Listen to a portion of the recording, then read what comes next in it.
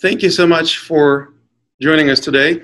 This is an exciting opportunity for me to talk to you about the year that we've had since the official announcement of the pandemic last year in March. I believe it was 12th or 13th, pretty much a year ago. And it's been a heck of a ride.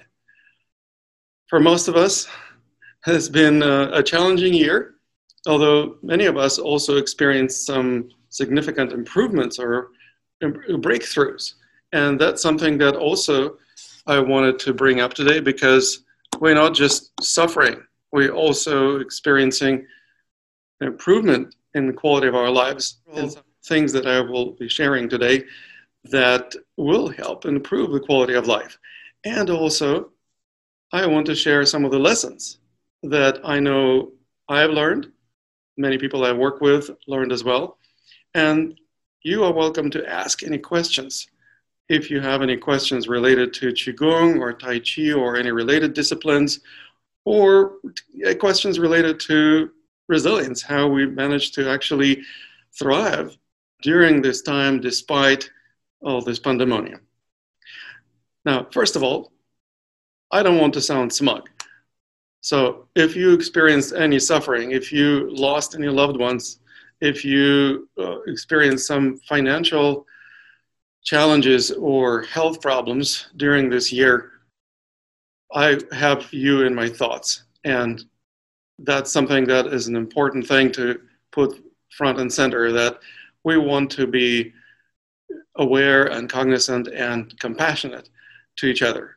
And that's something that, of course, this year kind of emphasized, because compassion obviously was the quality that got triggered or got turned on during this pandemic.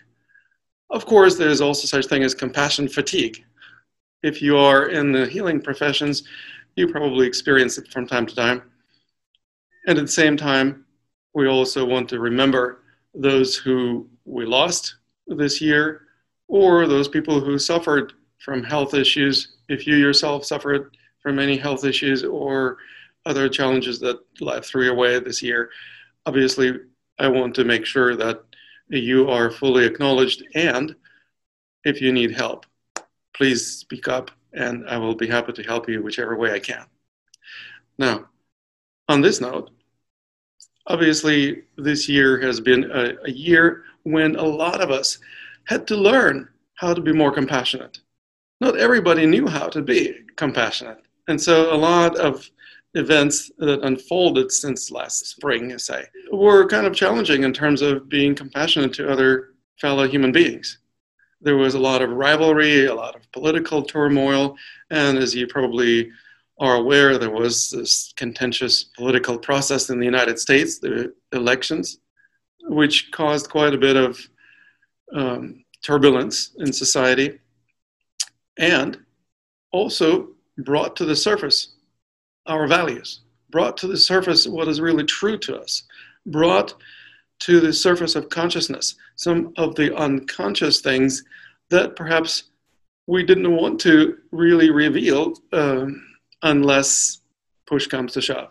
Well, the push did come to shove, and the revelation of all these truths, values, and beliefs became imperative, and that's something that we had to face and hopefully learn from. Another thing that we also had to learn from is how to take care of ourselves and to other people. I've been talking about prevention for decades.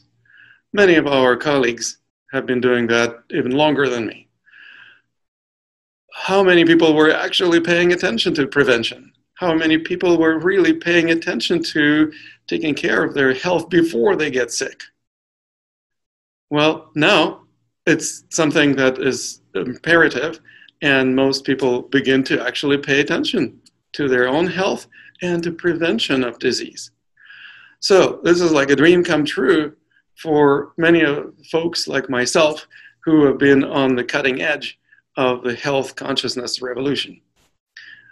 And of course, there is also a number of people who were either in denial or just simply did not trust the science And so these type of attitudes and beliefs also bubbled up to the surface of consciousness and also became apparent and outright discarded by most people.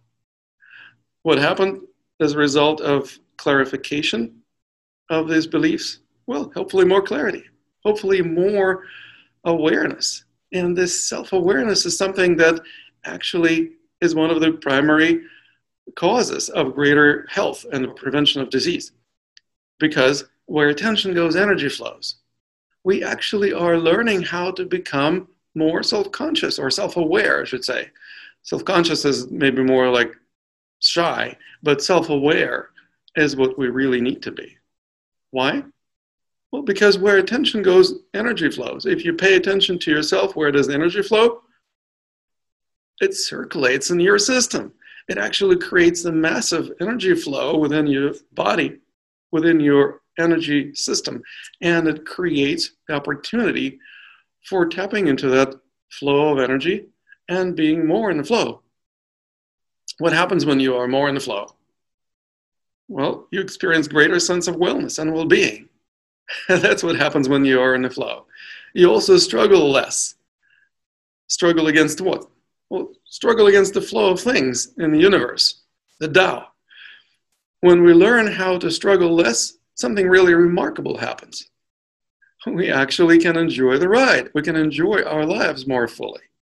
And this enjoyment of life is something that we also had an opportunity to learn this past year.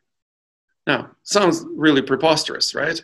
How could you possibly enjoy the quality of life during the pandemic?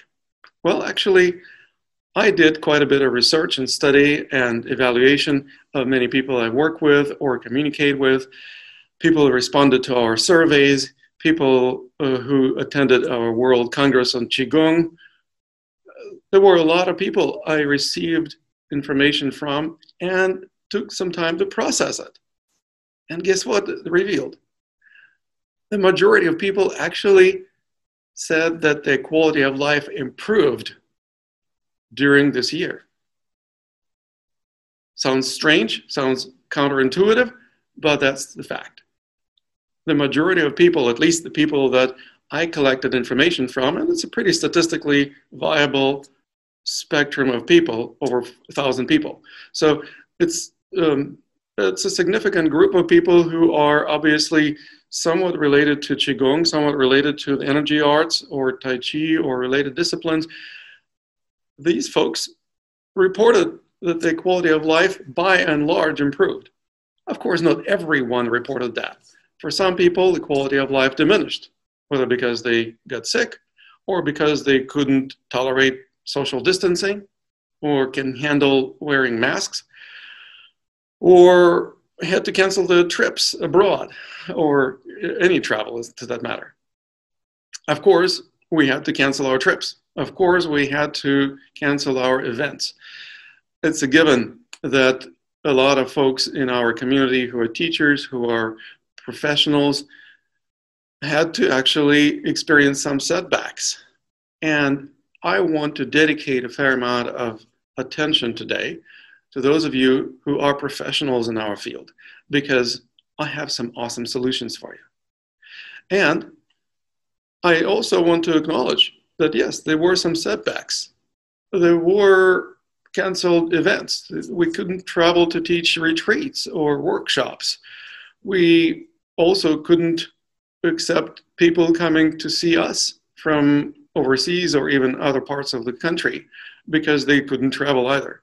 Some people managed to, but very few and far between. And what happened is that when we develop the attitude that, okay, I can't travel, most of us found solutions. Most of us basically said, okay, well, I guess I can't travel. Now what? Well, now I have to do something different. I have to adapt. And adaptability is obviously the key to resilience. You can't be resilient if you don't adapt. Well, we had to adapt to changes that were happening. And this adaptation actually is good for you. This adaptation triggers some new neural pathways in your brain, exercise neuroplasticity, if you will. What happens when you exercise neuroplasticity? Well, you become smarter. You use more of your brain. You literally create new connections. And when you create new connections between neurons in your central nervous system, the greater complexity of central nervous system actually leads to greater capacity. And guess what? Greater capacity of a central nervous system pretty much equals to being smarter, being more resilient, being more resourceful.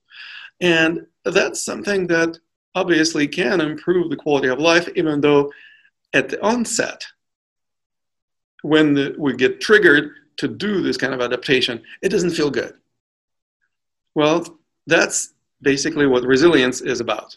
It's about recognizing that whatever didn't feel good, whatever changes happened that were not particularly helpful or pleasant, were not a bad thing. They were actually the opportunity to learn something new, to learn something that potentially can even be more beneficial for us than what we used to know. And basically, we prove that you can teach the old dog new tricks. Those of us who are not spring chickens actually realize that even technology is something that we can learn. Look, we are meeting using this fascinating and really complex technology, video chat communications. And guess what? Millions, billions of people really had to learn this. And by and large, most of them did. And most people nowadays feel a lot more comfortable connecting with each other across large distances. Now, this long distance communication was part and parcel of my practice for a long time. I mean, coming from a former Soviet Union, my parents still live in Ukraine. I had to communicate with my family long distance, so I was really thrilled back 20 years ago when Skype became available.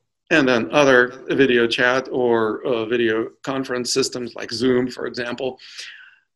And I basically was on the cutting edge of learning about this kind of technology even back then.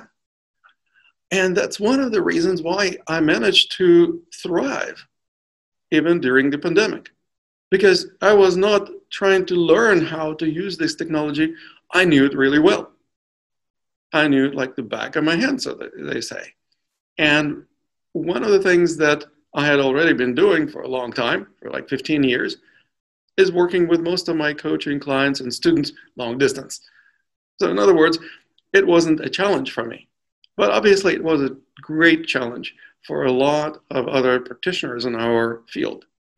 And as I promised, I have some really awesome solutions. I'm not going to hold back. I'm just going to put my cards on the table right away. The awesome solutions that I believe would improve the quality of life of every Qigong practitioner, as well as practitioner of meditation and Tai Chi and even yoga, is Qigong Coaching. Why? Because it's something that actually allows a coach to work with a client across long distances. 99% of my coaching clients do not live in my area. They actually live all over the world. I have students and coaching clients in Asia and Australia, in Middle East and Europe, all over the United States and Canada and other parts of Americas. It's ridiculous how easy it is to work with people long distance once you get used to it. It's as easy as for us to be talking right now using video chat.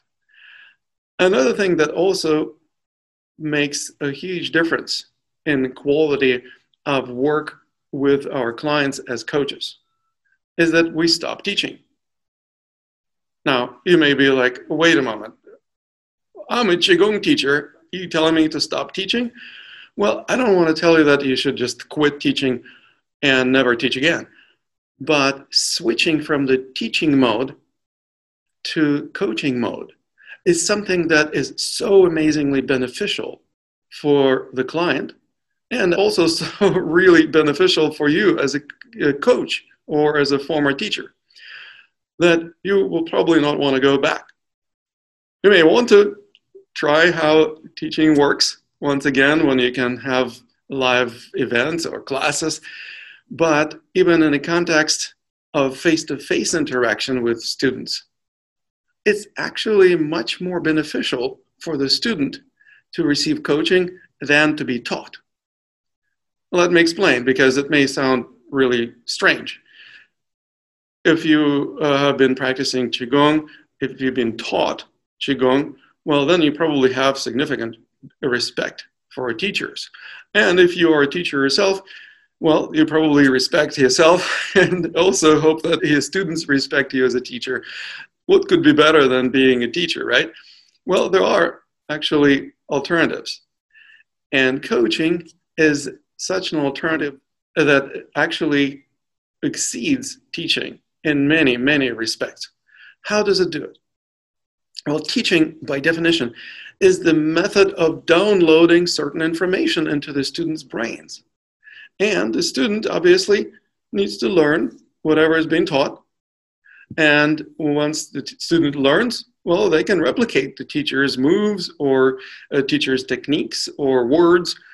And the closer the student replicates the teacher's knowledge, the better the student is considered to be. And so they may get promoted and they may receive a new belt or a new degree or certification or whatever. But people don't become masters by receiving certifications. People don't become masters because they follow somebody else's steps perfectly. That's not what masters do. What makes a master is, in many cases, that he or she created a new form or a new school or a new system or style. Those people who create a new style often are even considered grandmasters. Now, what makes the person a master or even a grandmaster? Well, by and large, it's creativity. It's something that is not taught in the context of learning forms or techniques. Creativity actually is almost scoffed at in many styles and systems, because they say, well, my teacher knew really well how to do this. He was the best teacher I knew, and so therefore, whatever he taught me is the best thing since sliced bread. Well, that also means, by definition, that you don't want to change anything about it because you want to follow the teacher's footsteps. And what that means is that you actually cannot become a master by just simply following the footsteps of the teacher. Sorry to tell you, that's not the path of mastery. Now, that's not the only thing that we recognize as the tremendous benefit of coaching. Not only does it inspire the students and coaching clients to become more creative, but it also empowers them to seek out knowledge in a way that is not just downloaded into their brains, but discovered. This self-discovery, in a sense, is the key to mastery. You cannot really become a master if you don't learn how to discover things. You don't learn how to learn. Well, that's exactly what coaching does. It teaches how to learn. It doesn't just teach the techniques or certain moves. It teaches how to learn.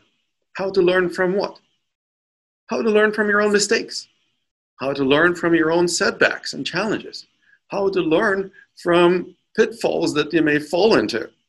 Basically, it teaches you how to learn so that you can apply this knowledge, and applied knowledge is much more valuable than just accumulated knowledge.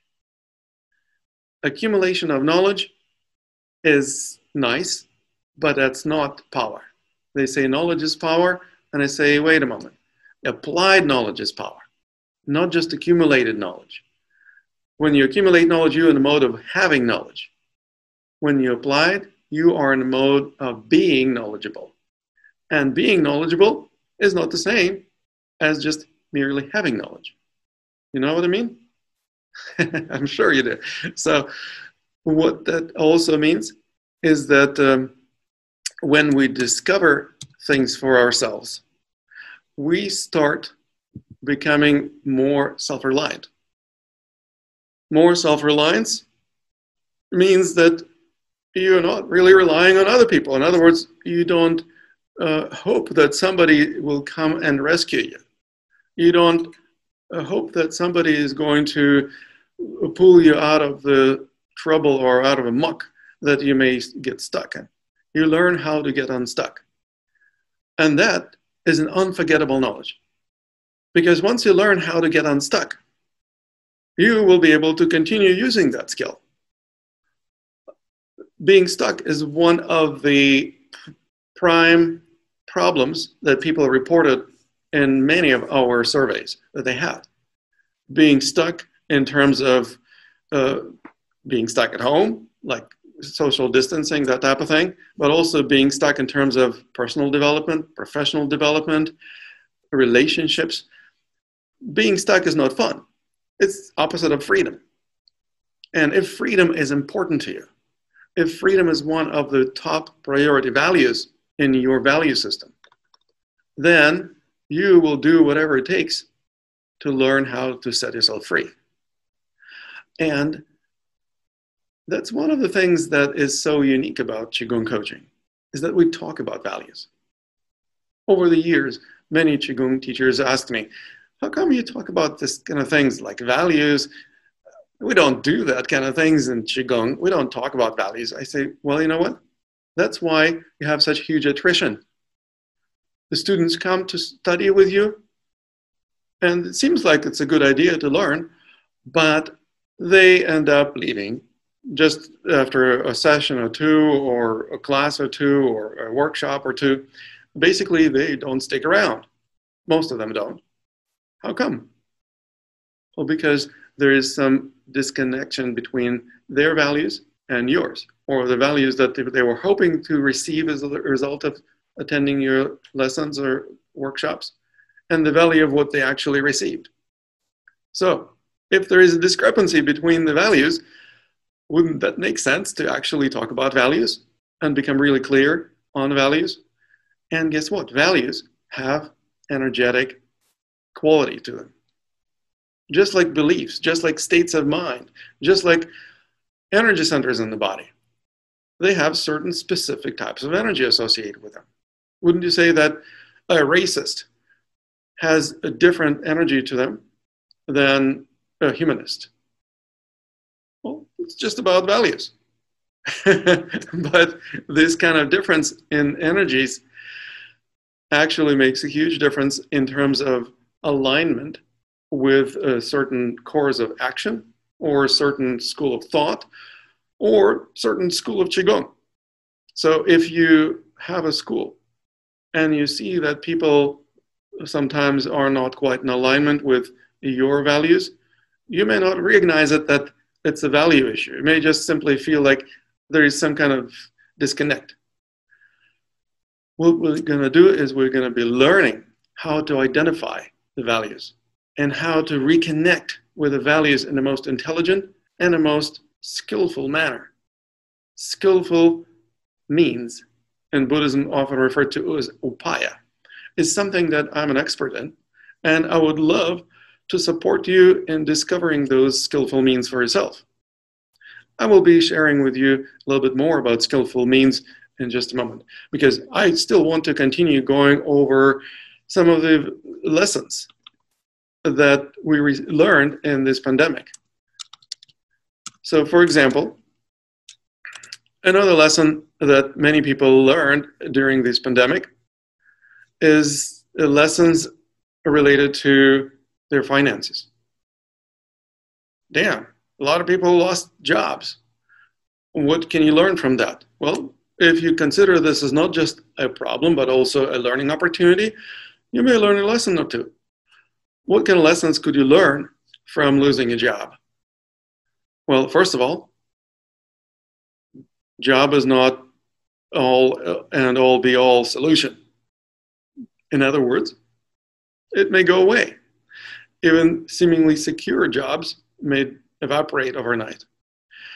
So having more self-resourcefulness or self-reliance in terms of finances is crucial And that's something that this can be and should be one of the lessons of this pandemic. One of the things that also happened is that people perhaps realized that they were not saving enough money. They didn't have enough savings. And so when shit hit the fan, they actually didn't have any resources. How do you resolve that? Well, basically, reevaluate your values when it comes to savings. That's one of the simple things. I actually learned not just how to save, but how to invest. I learned to basically never spend any money. I learned that every time I pay for anything, it's an investment. Whether it's an investment into the best quality, most nutritious and healthy food, or it's an investment in reaching a certain destination. If you buy a ticket to go somewhere, it's an investment in connecting with certain values. If you go to, let's say, an event, it's an investment in myself and my personal development. If I hire a coach, and I do hire coaches, and I highly recommend to all my students to have a coach. Every coach needs to have a coach. Why? Because you need to know what it's like to be on the receiving end of coaching. And even if you just simply think about investing some money for profit, well, obviously that's a form of investment. I learned how to invest money, a relatively small amount of money, so that it would give me tremendous returns on investment. Now that may pique your curiosity, right? You would be like, this guy is Tibetan Lama, but he knows something about money, and he is investing in such a way that he gets huge returns. How does he do that? Wouldn't you like to know? Well, I will share. I will be happy to share. The number one thing that I learned about money is its energy. It's energy. It's basically a figment of our imagination. It's all just a bunch of electrons running up and down the wires these days. The government said, oh, we're going to give some money to the people. And they just printed a bunch more money out of nowhere, seemingly. It's like, it's just a bunch of electrons that we learn to relate and value because we can invest them in something else.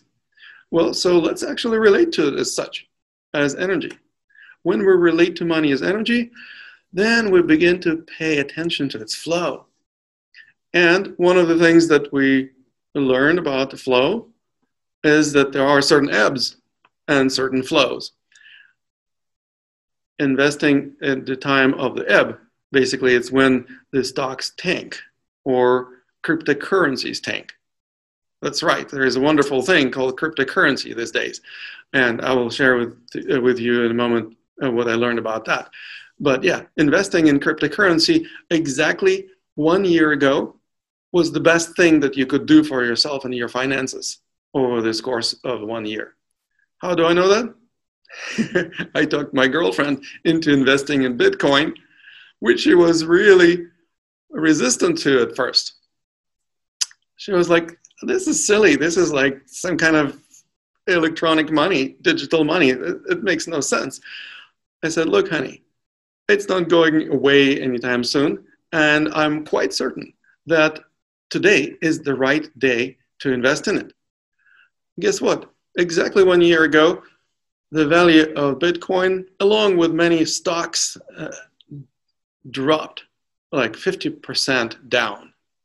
So instead of being at about $9,000, maybe 10 a year ago, exactly on March 12th or maybe 13th, it dropped to like $5,000. She actually managed to buy Bitcoin for $4,800 per one Bitcoin. You know how much Bitcoin is now? $60,000. One singular Bitcoin. today it actually hit $60,000 for the first time in its history. So let's say if you invested $5,000 on Bitcoin, and now all of a sudden you have 60,000, that's a growth of what, $1,100, 1,100%. Where else can you get 1,100% growth legally? Now, there are some places where you can get more than that legally. And I share those secrets with my coaching clients. So if you are interested in learning how to do that, I will be happy to share with you in case you decide to become my coaching client. But even if I just don't share with you any more secrets about it, right now, you're probably chomping at the bit to start investing into Bitcoin because, oh my God, that's an amazing return on investment. But guess what? It's not dipping now. 2 weeks ago, it dropped down significantly in price and value. The value of one Bitcoin 2 weeks ago was about $48,000. It's still 10 times what Nancy, my girlfriend, invested in the Bitcoin a year ago. So guess what? In 2 weeks, it grew from 48 to 60,000. Had you invested 2 weeks ago, it would be a nice return on investment, wouldn't it? And this is just a beginning. This is just scratching the surface of the tip of the iceberg as compared to what I have to offer to you if you actually work with me as a coaching client. Now, not everybody on our call today will want to become my coaching client, but those of you who do choose to will benefit a great deal. And even if you decide not to become a coaching client of mine, I will still offer you a gift. I'll give you a sample coaching session, an orientation session that you are welcome to experiment with, to explore, to ask me any questions, to see how coaching works. And I will also be checking how coachable you are, because I don't work with everyone. I work with highly coachable people. And that's exactly an opportunity for me to find out how coachable you are by giving you a free session. Normally, I charge $300 for my sessions, and that's an hour-long session. So it's going to be $0 for you, free. Can't beat that deal. You also will be welcome to receive this coaching session only if you do something that will require an investment. I will give it to you for free, but you need to sign up for the VIP program for the World Congress on Qigong that we had a couple of months ago. Remember?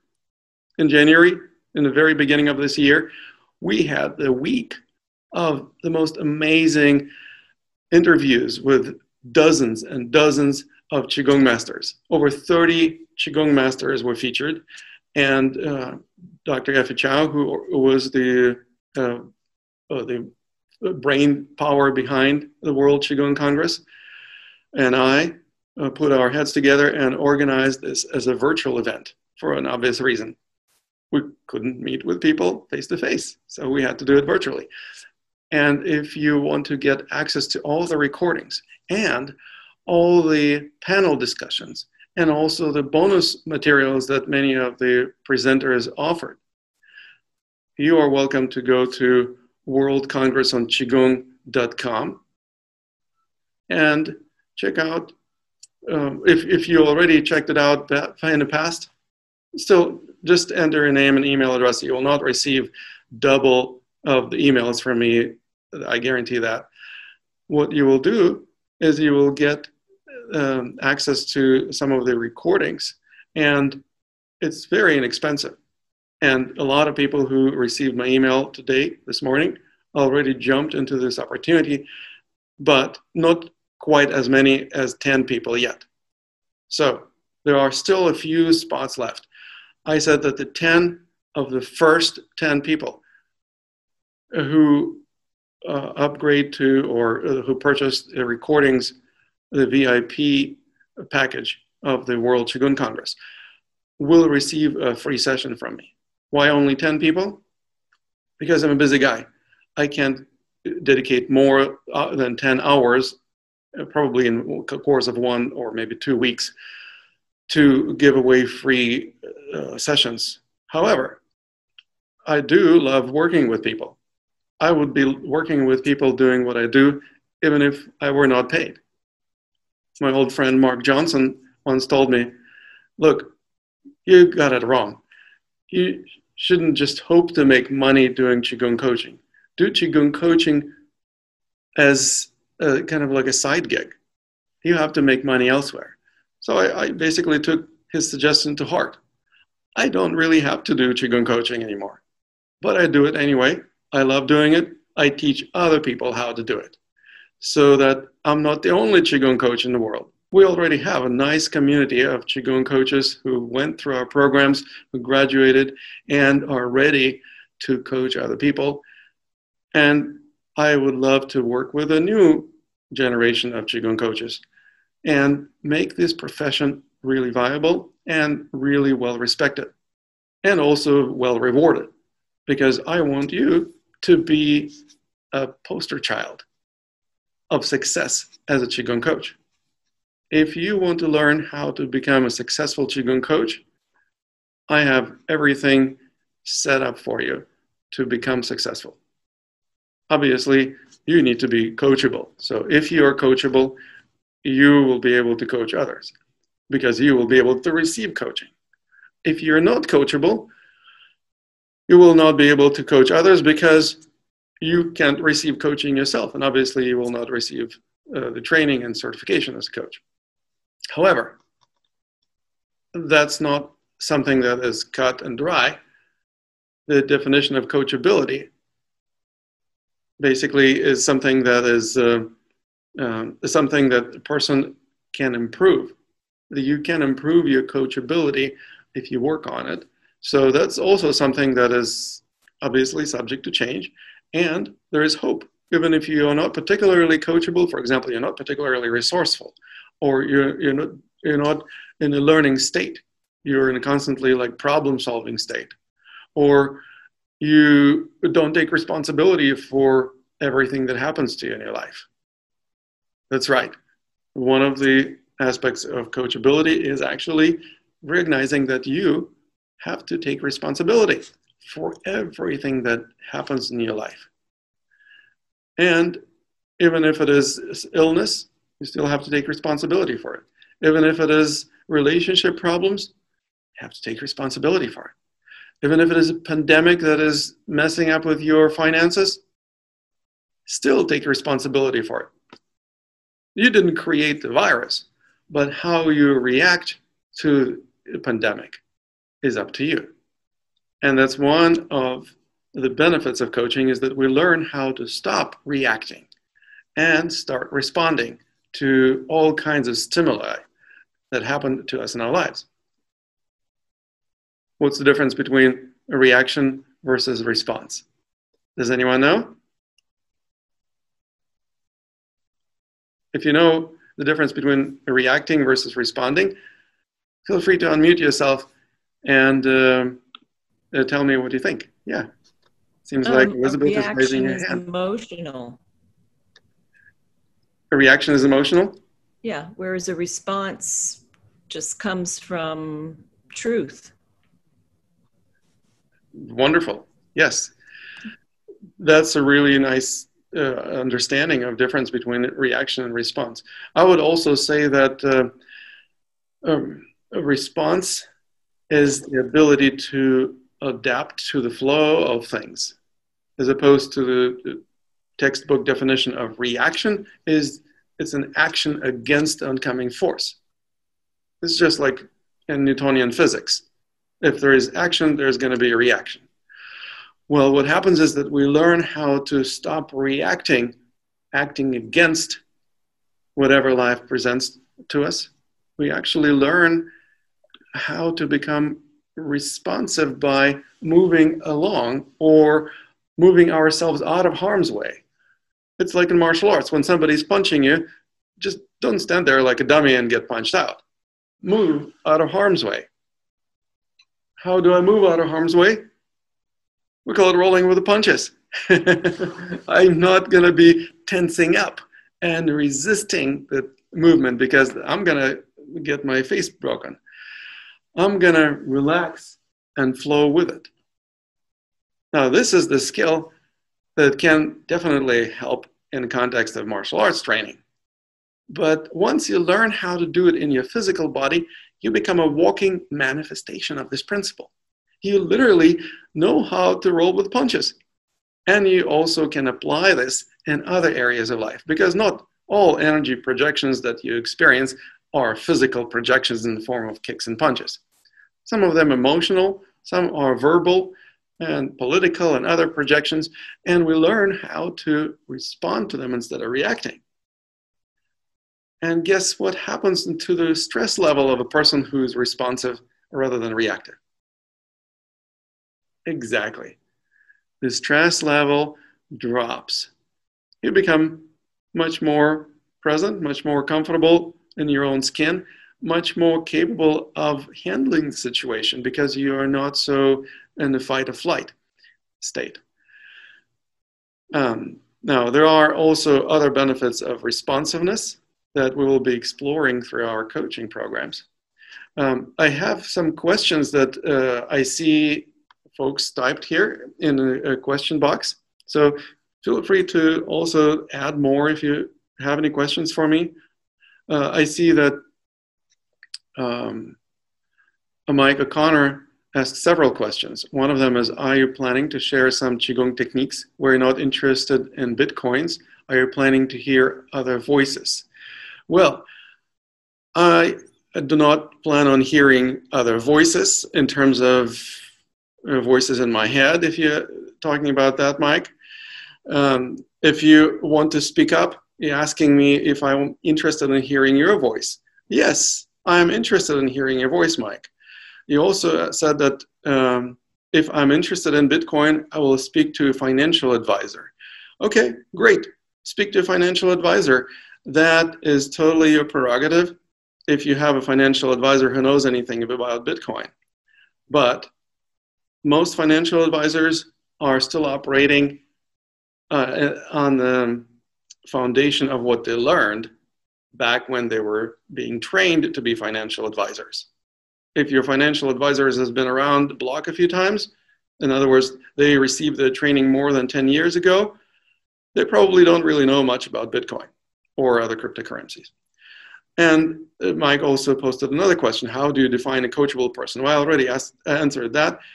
It's the person who is in a learning state, beginner's mind, the person who takes responsibility for the experiences that they have, the person who is adaptable and open to change, and in general, the person who is capable of growth, personal growth. They're in a growth mindset rather than resistance or reactive mindset. There are other definitions of coachability, and I will be happy to explore that when we have an individual coaching session, during which we will talk about all the specifics of that. Now, there is also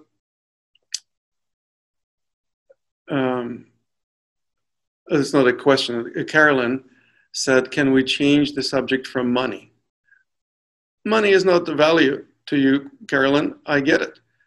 It's nice to be you because money is not an issue.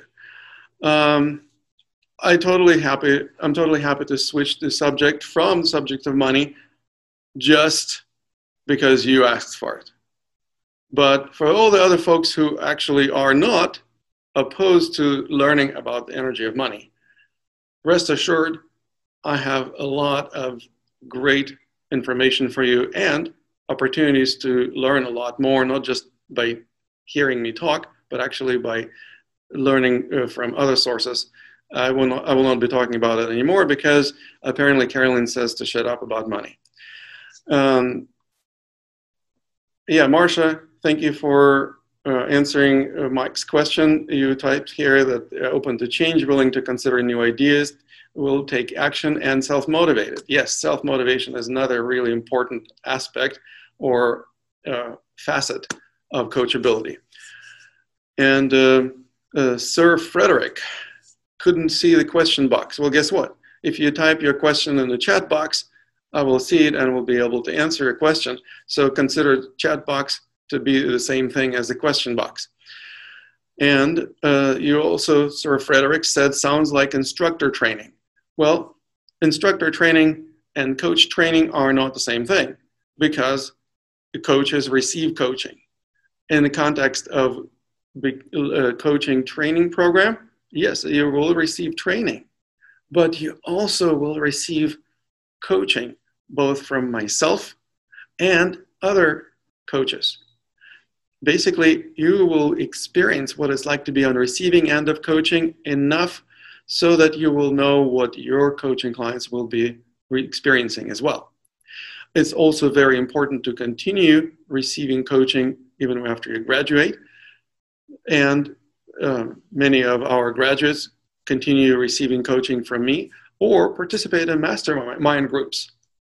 That's right, mastermind groups are the groups of peers who are willing and capable of supporting each other on their journeys. Mastermind groups are often quite expensive. Depending on industry, they can range from a few thousand to $100,000. These mastermind groups for graduates of our coaching programs are free. At least at this point in time, I charge nothing for organizing and running those mastermind groups. So I hope that answers your question. Also, Elizabeth asked the question, I still don't understand what you do as a Qigong coach. Are you coaching a practice or what? Well, good question, Elizabeth. Yes, I first begin by developing a coaching program. As a Qigong coach, I basically sit down with my coaching client, or we chat using video chat options, and we develop a coaching program for the duration of time the person committed to working with me. How do they make commitment? By paying money. How do I make commitment? I put into my calendar the days and times when I'm going to be meeting with this person to coach them. We sit down and create a game plan.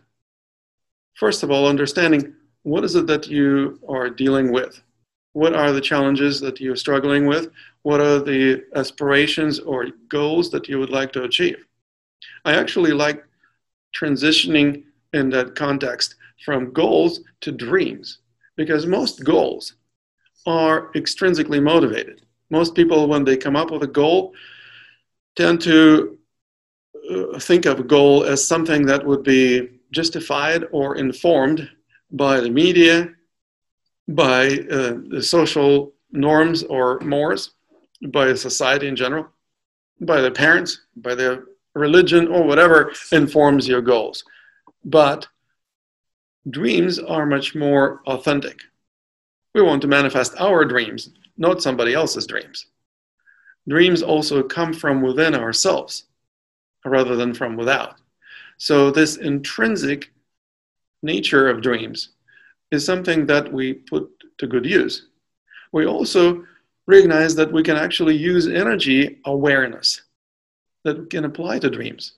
It's a lot easier to manifest a dream if there is energy that would support the manifestation of the dream. Where are the resources that would provide that kind of energy? Do you know how to tap into the resources within you that would support the manifestation of your dream? Or are there any other resources around you that would provide that kind of energy?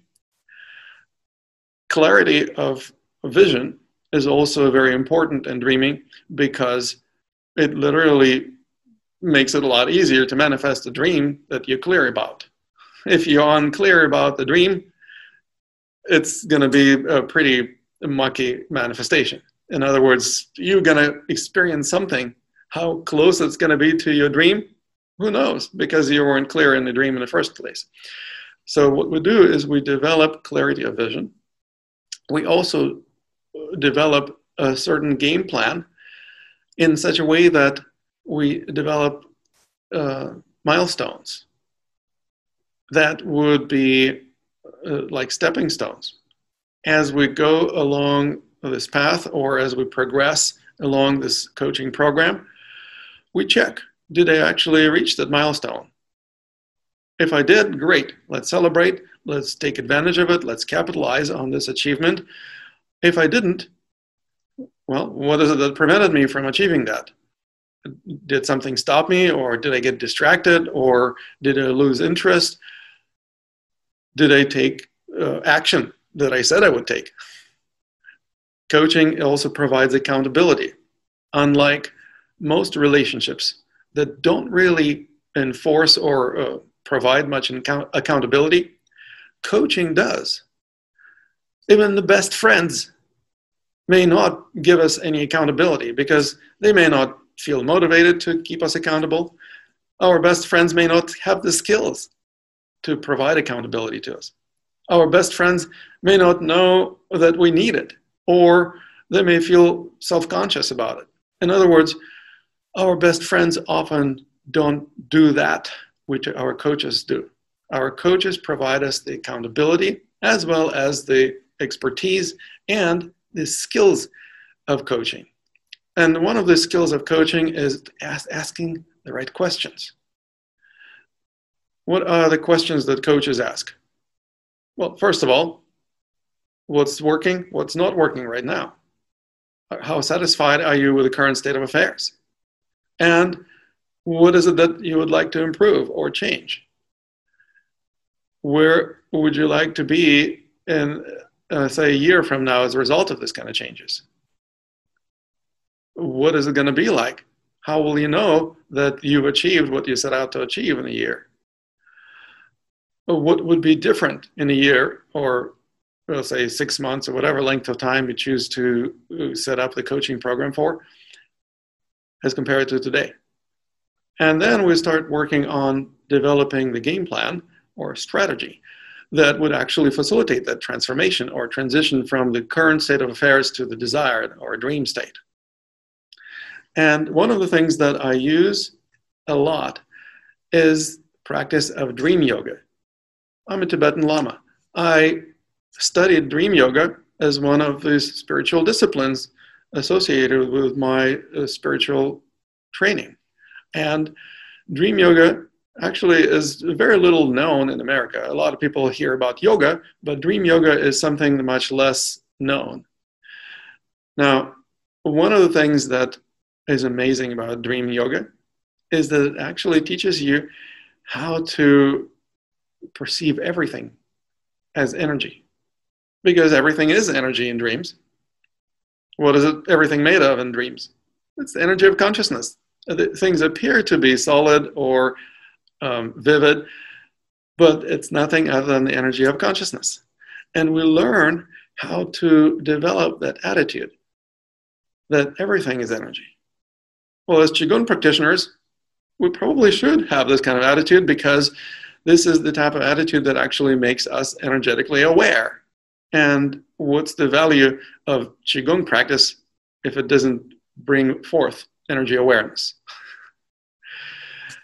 Now, another thing that also happened during the coaching process, or one of the things that I do as a Qigong coach, is I share some of my experiences and some of the experiences of other people, basically helping my coaching client discover for themselves what would work best for them and develop discernment.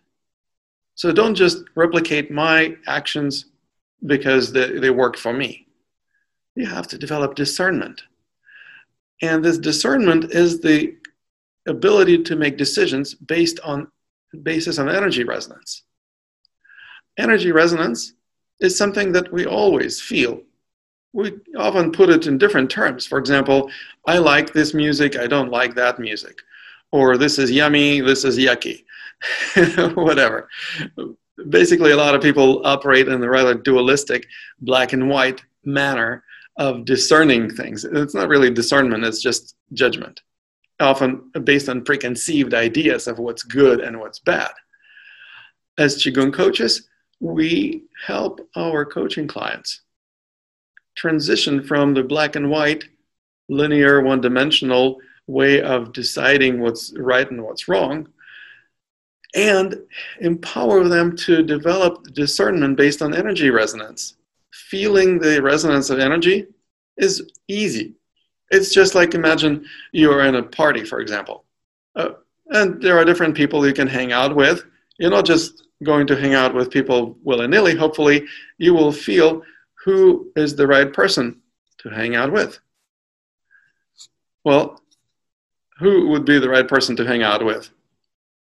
Out of a group of people, probably you'll find the person who you feel most aligned with, or in whose company you feel most relaxed, right? You wouldn't be hanging out with a person who makes you cringe. So what we do is we learn how to pay attention to our physical body. Our physical body serves as an awesome barometer or gauge of energy resonance. One of the qualities of our physicality that help us with that is breathing. We actually pay attention to our breath so that we would be able to determine whether or not we resonate with whatever we focus attention on. And obviously that trains us to focus attention. So our attention is not just dispersed or jumping like a monkey mind just from one thing to another thing all the time. We actually develop the quality of attention that is often unseen in the modern lifestyle. A lot of people suffer from attention deficit disorder, right? Well, we learn how to heal ourselves from this kind of disorder. And then we help others do the same, so that our quality of attention becomes so supremely focused. Laser focused attention gives us the ability to discern whether or not whatever we're focusing attention on makes us more relaxed or less relaxed. And it's not black and white because it's always on the scale. It's all relative. Something makes us more relaxed than something else, or something makes us more tense than something else. And that's how we manage to discern things. We basically develop the ability to feel the biofeedback, the built-in biofeedback system, the mechanism that we all have. We just don't pay attention to it. Or we try to mess with our biofeedback mechanism. For example, a lot of people in Qigong and yoga and similar disciplines try to learn how to breathe right, do certain breathing techniques. Well, it actually screws up your barometer, screws up your gauge, because you are messing with the way that your body tells you how well you resonate with things. Now, I don't want to say that you should never do breathing techniques or exercises. Yes, of course, there is place for that. But what comes first is attention, that we begin to pay to our breath instead of intention, trying to make our breath seem right. Now, this dichotomy between intention and attention is rather subtle, and I'm not going to dive deeper into it today. However, if you're interested in it, please don't hesitate to ask me during your coaching sessions with me if you happen to be among those people who actually end up receiving my coaching session. You know what? I'm going to open up opportunity for more folks to ask questions. I don't see any more questions being posted. Oh, it seems that authenticity is very essential, especially with how people injure themselves in the yoga practice and create qi deviations in Qigong. Would you mind elaborating on that? Well, thank you, Sean, for asking that. Yeah, I don't mind elaborating on authenticity. Authenticity is one of the things that makes you more masterful. Unfortunately, the value of authenticity is not highly regarded in Chinese culture. So no wonder most Chinese styles of Qigong don't really teach much about how to become authentic. Luckily enough, I don't practice Chinese Qigong. I practice Tibetan Qigong. And in Tibetan Qigong, value of authenticity is front and center.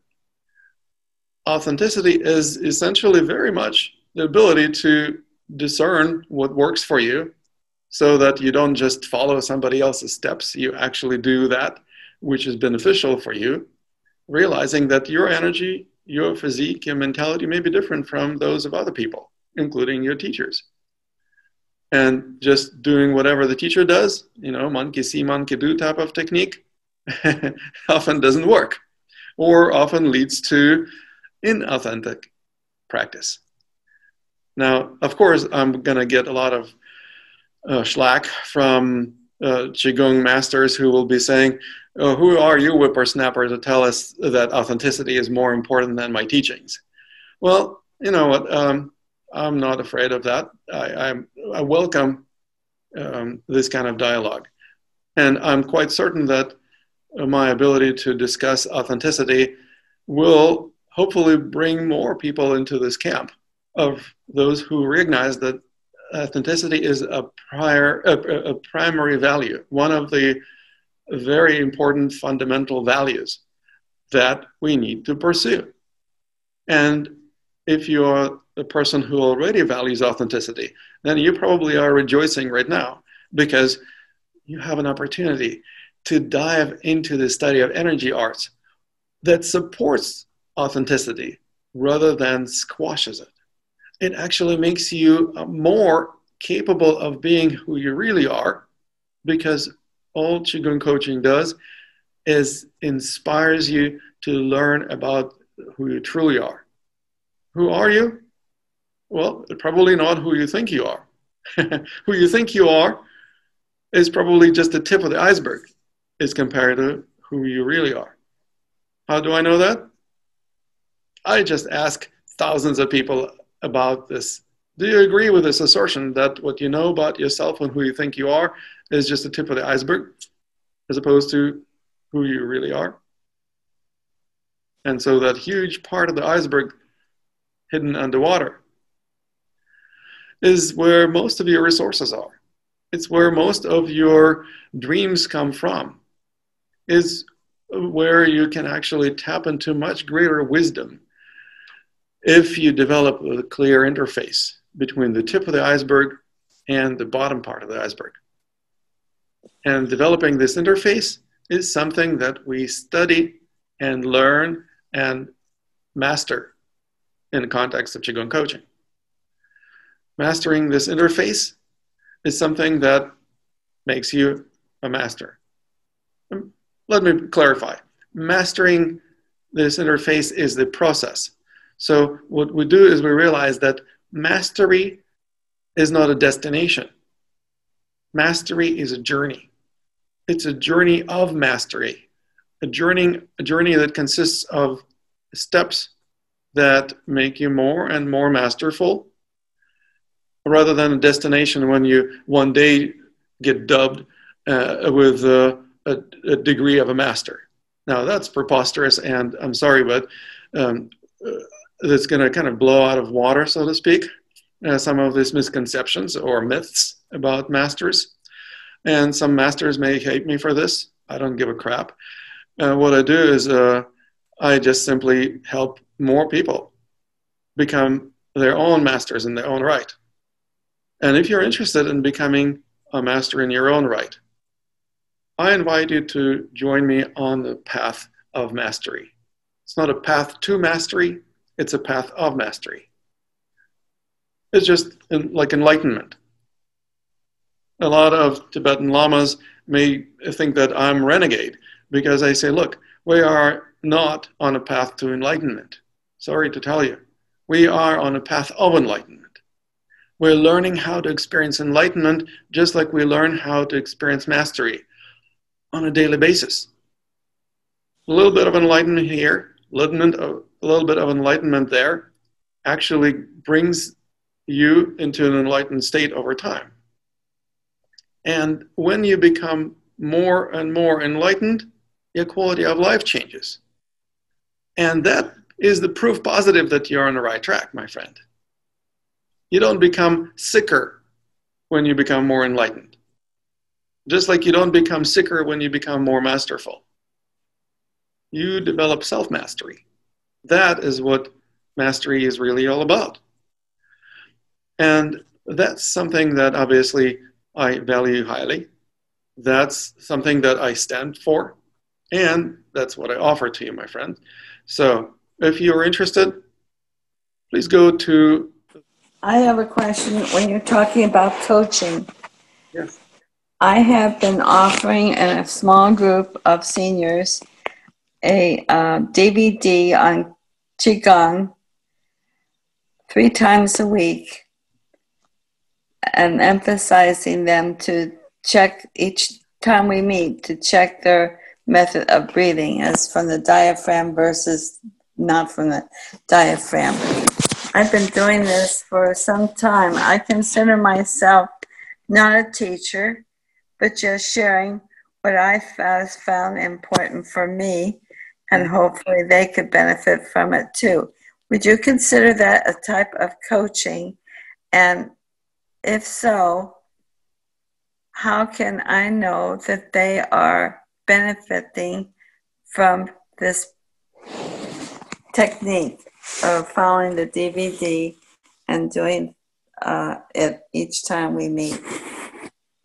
Thank you, Mary Beth. That is a good question.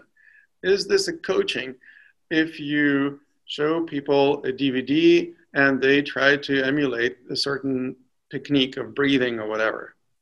The answer is no. It's not coaching. It's something that what I call monkey see, monkey do. There is somebody doing some technique on DVD. Purportedly, that technique worked for them. Now, is it going to work for every other person? We don't know. If the person is of different age, for example, you said you work with seniors, they may need different things. Men may need different things as compared to women. Younger people may need different things as compared to older people. People of different belief systems may need different things. People of different cultural backgrounds or different health conditions may need different things. So no, it's not coaching. It's basically just letting people watch a DVD and then trying to emulate those techniques. How do you know that they're benefiting? Well, that would be the step that would take you towards coaching, because then you would actually be testing. How do you know that you're benefiting from this breathing technique? Well, is your breathing rate or the better? What does it mean, the better breathing rate? We don't know. We need to find out. For each person, it may be different. How does your volume of the lungs change? Do you have greater ability to ventilate your lungs to greater capacity? If so, maybe that's considered a positive benefit. How does it affect your mood? How does it affect your digestion? How does it affect your postural alignment? One of the main reasons why people have a hard time breathing well is because they have postural misalignments. When there is a postural misalignment, it means that the spine is out of whack, crooked or bent over or slouched or somehow else misaligned. And when the bone structure of the skeleton doesn't support the weight of the body very well, something will have to compensate for that lack of structural integrity. What would that be? It would be muscles. Muscles will kick in, trying to keep the person from falling over, but muscles are never as strong as bones. And muscles burn energy, whereas the bones do their job relatively effortlessly. They just need to be in the right place. Muscles also get tired. And once they get exhausted, they start aching. Basically, they're sending signal to the central nervous system. Hey, what's up with this? I'm overworked and underpaid. I can't handle this work anymore. Well, of course, that comes in as a form of a pain signal. And many people, whether they're seniors or not, whatever generation they belong to, often think, well, if there is pain, I need to take painkillers because that's not good. Instead of perceiving it as an important biophysiological feedback mechanism. inviting us to pay attention to something that's not working properly.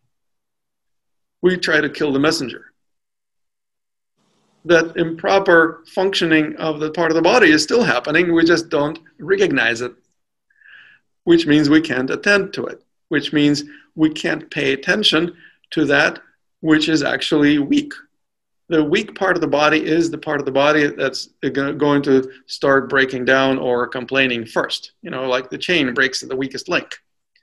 The weak part of the body needs attention, because where attention goes, energy flows. That's one of the ways to empower this disempowered or disenfranchised part of the body, by paying attention to it. We also may learn something when we pay attention to ourselves. When we learn about the root causes of our misalignments, we may be able to attend to them or stop misaligning ourselves, because it's not something that somebody does to us. We do it to ourselves, but we do it unconsciously. So we can't stop doing it because we don't even know that we're doing it. So we need to become conscious of it. Once we become conscious of it, then we can exercise the freedom of choice. So we have a certain degree of self-agency. Now, if we have misalignment and muscles are holding tension because they're keeping us from falling over due to gravity squashing us down all the time, these muscle tensions will be screwing up our breathing. That's the reason why people feel that they need to do some breathing exercises, because there's something wrong with their breath, right? If there was nothing wrong with the breath, why would you be bothering with it? But if there is something wrong with the breath, then you think, oh, I need to do some breathing exercises. And there is this good technique that somebody teaches on DVD. Well, guess what? If there is still the primary issue in place, such as misalignment or muscular tension, and you try to counteract it by breathing deeper or more thoroughly. Basically, it's like you can only counteract tension by tensing up muscles antagonists, going against the primary tension. Well, then you have primary tension and secondary tension. Now you have twice as much tension. Who wants to have twice as much tension? Raise your hand. No, I don't want to have twice as much tension. Thank you very much. Nobody does. Nobody needs it. But everybody thinks that doing breathing techniques or exercises is a good idea. I call it bullshit, simply because people need to attend to the root cause why the breathing is stifled or hampered. Once you remove the root cause or stop doing to yourself what you have been doing all this time, natural breath erupts and spontaneously starts flowing. And what can be healthier than being natural? I don't know anything that would be healthier than being natural. If we allow the natural breath to erupt or start flowing, then we experience the optimal breath. Not because we forced the correct technique, but because we stopped doing to ourselves that which was causing the obstruction in the first place. Addressing the root causes, of course, is kind of the opposite of what Western medicine tends to do in most cases, by simply suppressing the symptoms. So that's basically my approach to working with breath. And we need to work with the root causes of issues rather than just trying to suppress the symptoms. Does it answer your question, Mary Beth? Yes, somewhat it does, because being seniors, we have acquired probably poor posture, poor breathing, or poor health, and it's come obvious since they have more time now that they're retired to try and improve themselves. So that is primarily why I found this DVD of a Chinese Qigong. I used to do Tai Chi, but because of my physical ailment of chronic scoliosis, I didn't find that as beneficial until I found the movement of Qigong, which does open up. And I shared that with this group, and they have keep coming. But I think you brought out some good points, and I respect the fact that I am not a coach and I'm not a teacher. I'm just a participant that's sharing what has helped me. And would signing up for your consult be just beneficial for me, that I can not only help myself, but help my participants? Absolutely. I really can't judge them by how they feel. They have to do that themselves. But I can try and improve my own self. Absolutely. Yes, it will be beneficial both for you and for other people if you work with other people. Whether you work in professional capacity or as like a community facilitator, it obviously will change the way that you work with other people. And what we do is we first discover that which is most beneficial for us. And at the same time, we also learn to see that what's beneficial for one person may not be equally beneficial for another person. And that's when we stop imposing our ideas of what's right and what's wrong on other people, and instead start empowering them to discover for themselves what is most beneficial for them. Sounds like a no-brainer, but that's not how most teachers operate. But that's what coaches do, on the other hand. And that's exactly why I had to develop this whole profession of Qigong coaching, because that was a missing link in our industry and Qigong field. Does it make sense? Yes, it does. And I appreciate your taking the time to explain that to me. You're so welcome. I also see Sir Frederick said that I like the idea of getting the certificate and still being coached after, and not just sent off on their own. Almost all the teachers I've met never go to workshops with other teachers. You are absolutely right, sir. Most teachers boil in their own juices, so to speak. And that's a sad state of affairs in our community. Our community suffers from several major ailments, and this is one of them, that there is such a compartmentalization, or almost like a separation between different schools. It's like often if a person attends one Qigong school, they're being taught not to go to anybody else because their techniques are not as good as ours. Well, that's crap. That's something that basically is brainwashing, and we've got to get over it. When we get over this kind of brainwashing, something really cool can happen. We're no longer stuck in one perspective. Now, that's something that obviously has to do with the original thought that I was sharing earlier today, not to be stuck. That's basically how we experience more freedom. I hope that makes sense. C. Wagner says, if starting with one small thing, how do you know what that is? Does it come in the silence of the dream? Is it attentional or intentional? How do you best guide that? Brilliant question, C. What we begin with is we learn about where we are. What is our current state of affairs? We learn how to pay attention to the current state of affairs and honestly assess it. When we honestly assess our current state of affairs, first of all, we develop some degree of acceptance. In other words, we stop judging ourselves or struggling with the fact that things are the way things are. We accept them fully, and that's the prerequisite for attention. If we don't accept things, then we are not in a state of mind that allows for being attentive. We will be in a state of mind that's trying to fix problems, get rid of them, or run away from them, or pretend they're not happening. That's not the coachable state of mind. What we do is we learn how to, what we start with is we learn how to develop that kind of acceptance by simply taking stock of what's working and what's not.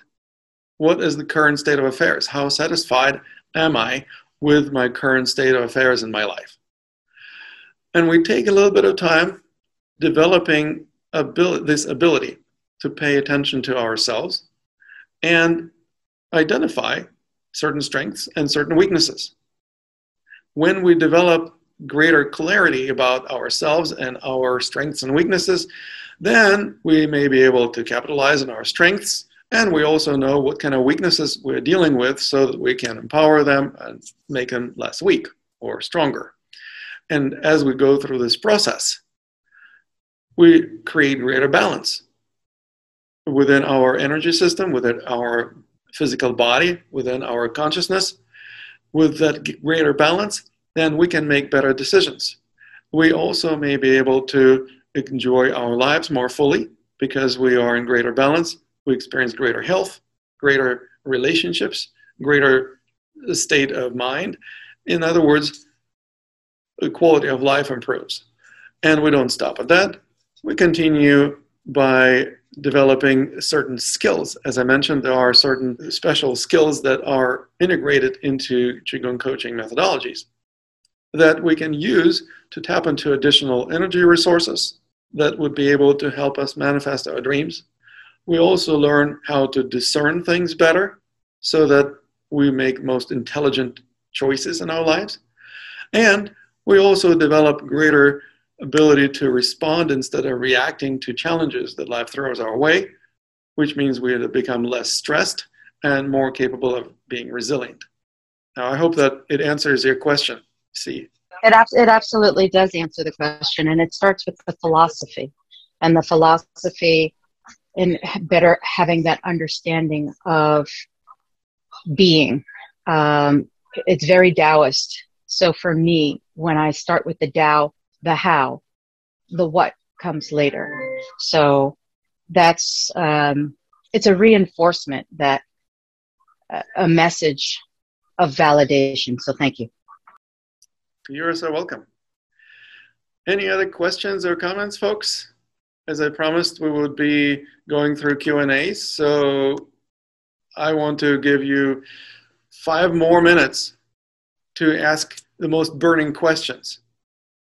What is the question that you always had about Qigong, but didn't have a Qigong master to answer it? I think you've answered that it's not about the mastery. I used to say I want to be a Tai Chi master, and it's a forever learning. And you, again, validated that it is the journey itself that is never ending. You're absolutely right. See, what's your full name? Christine. Hi, Christine.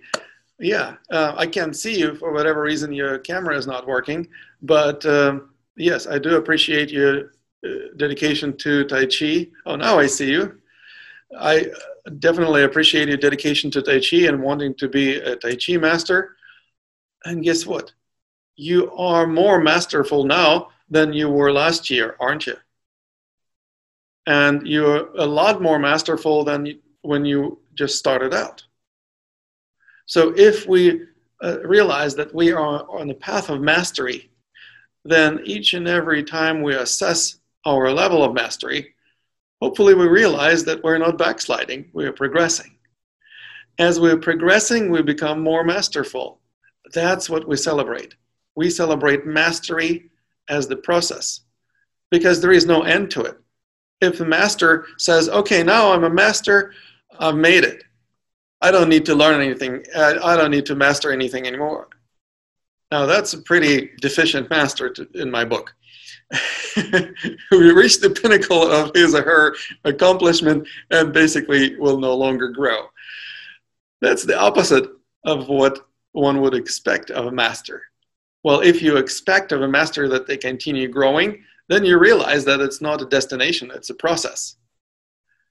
Now, how do you become more masterful? Well, you need to basically focus on that. What is it that makes you more masterful?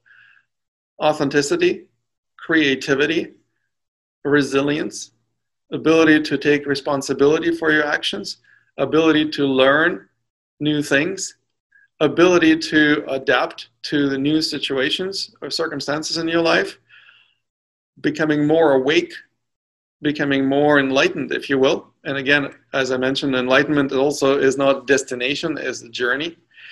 That's what makes you a masterful person. So I hope this answers your question and perhaps also gives you a different perspective on Tai Chi mastery in general. All right, that was a great question. Thank you, Christine, for taking your time. I love connecting with you. I love supporting my community. And it's not just my community, it's the Qigong community in general. As you know, I work with a lot of Qigong practitioners, organize virtual events like our recent World Congress on Qigong and celebrations of World Tai Chi and Qigong Day and things like that. Basically, I dedicated myself and my life to this line of work. And I don't even have to do it for a living anymore. I do it for fun. I still charge money for it because those people who don't pay money often don't invest their time and energy enough. So this is more of the confirmation of person's dedication to coaching rather than just simply filling my pockets. But this is something that can help other Qigong coaches because they may feel like, well, I would like to do something for a living that I love doing. And this is like a definition of dream job. So those of you who are interested in that, feel free to connect with me. I posted my link, calendly.com/tantrapa. Feel free to go and schedule a complimentary session with me that I'm not going to charge you anything for. Whether you are in the US, in Canada, in Australia, in Europe, Israel, any other place where you speak English, I will be happy to speak to you. If you don't speak English, well, I hope you speak Russian. I speak fluent Russian too, and we'll chat. And if you have any questions, you also are welcome to email me. You receive my emails, obviously, because you attended this event, so you know how to email me back. Feel free to send me an email if you have any questions or comments or need for help, and I will see what I can do. Until then, have a wonderful time.